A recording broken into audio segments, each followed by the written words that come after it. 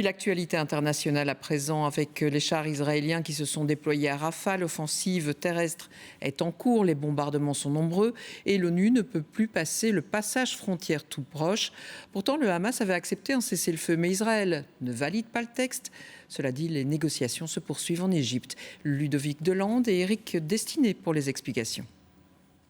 Ces images sont celles de l'armée israélienne. Elles montrent ces blindés pénétrer dans l'enceinte du poste frontière de Rafah, côté palestinien. L'endroit est le seul couloir entre la bande de Gaza et l'Égypte, là où passe de l'aide humanitaire et certains blessés.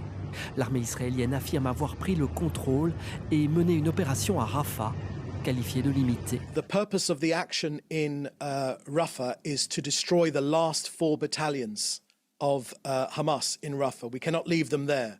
L'ONU affirme que ces accès sur place ont été refusés. We currently do not have any physical presence at the Rafah crossing, as our access to go to that area for coordination purposes has been denied by COGAT. Des bombardements ont encore été observés ce matin à Rafah. Ces dernières heures, des blessés sont arrivés à l'hôpital de la région pour être soignés. Leur quartier a été touché par des frappes. Il y a aussi des victimes.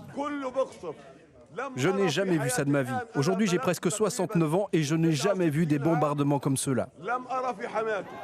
Hier soir, pourtant, des scènes de joie avaient été observées dans la bande de Gaza. Le Hamas avait annoncé avoir accepté une offre de cessez-le-feu. Ces déplacés ont eu quelques instants l'espoir de pouvoir rentrer chez eux. Nous espérons que la trêve va durer et qu'un cessez-le-feu complet et approfondi sera mis en œuvre. Car nous en avons assez des guerres, assez. Mais très vite, Israël a affirmé que cette proposition de trêve n'était pas celle qui répond à ses exigences. Les pourparlers doivent se poursuivre.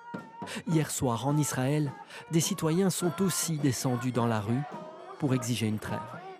For sure, after Hamas told that they accept the deal, we should say yes, let's sit and talk and do everything we can do to bring the hostages home. We call our government to accept this.